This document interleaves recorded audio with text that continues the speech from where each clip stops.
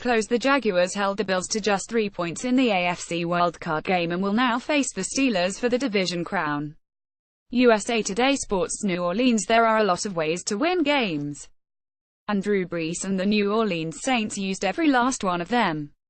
After Brees lit up the Carolina Panthers in the first half with a performance for the ages, and the aging, given he turns 39 in a week, the defense smothered Cam Newton on the final set of downs.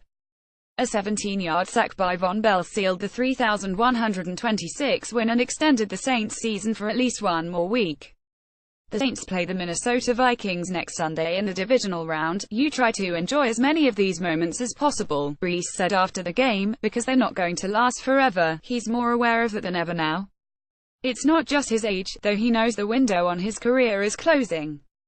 After making the playoffs 5 times in his first 8 seasons in New Orleans, including a Super Bowl win in 2010, the Saints spent the last 3 postseasons on the sidelines.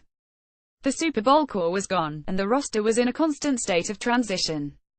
Brees didn't for an out, not from this city, whose rise after Hurricane Katrina was so intertwined with his own resurgence, but many around the NFL wondered if the last years of his Hall of Fame career were being wasted.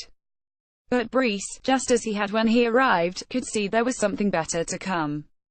The Saints have surrounded him with all kinds of new toys the last 2 seasons. Mark Ingram and Alvin Kamara, the most effective running back tandem in the league, and Kamara is also one of New Orleans' most dynamic receiving threats. Michael Thomas is a big-time playmaker. If you missed it, Google his stutter step that broke Shaq Thompson's ankles for a first down that set up Brees' 9-yard TD pass to Josh Hill. More Panthers might have violated NFL's new concussion protocol on Cam Newton. Hitan if all but wasn't enough, the Saints went out and got Ted Ginn Jr. The same Ted Ginn Jr. who'd killed the NFC South with the Panthers the last 2 years. The same Ted Ginn Jr. who might as well have stuck a dagger in the Carolina defense with his 80-yard TD reception in the first quarter. You heard that stadium. It was an eruption, Brees said. You felt like, all right.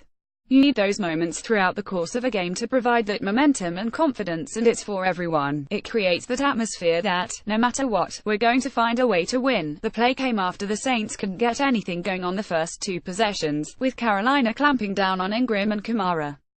But that's what makes this Saints offense so potent.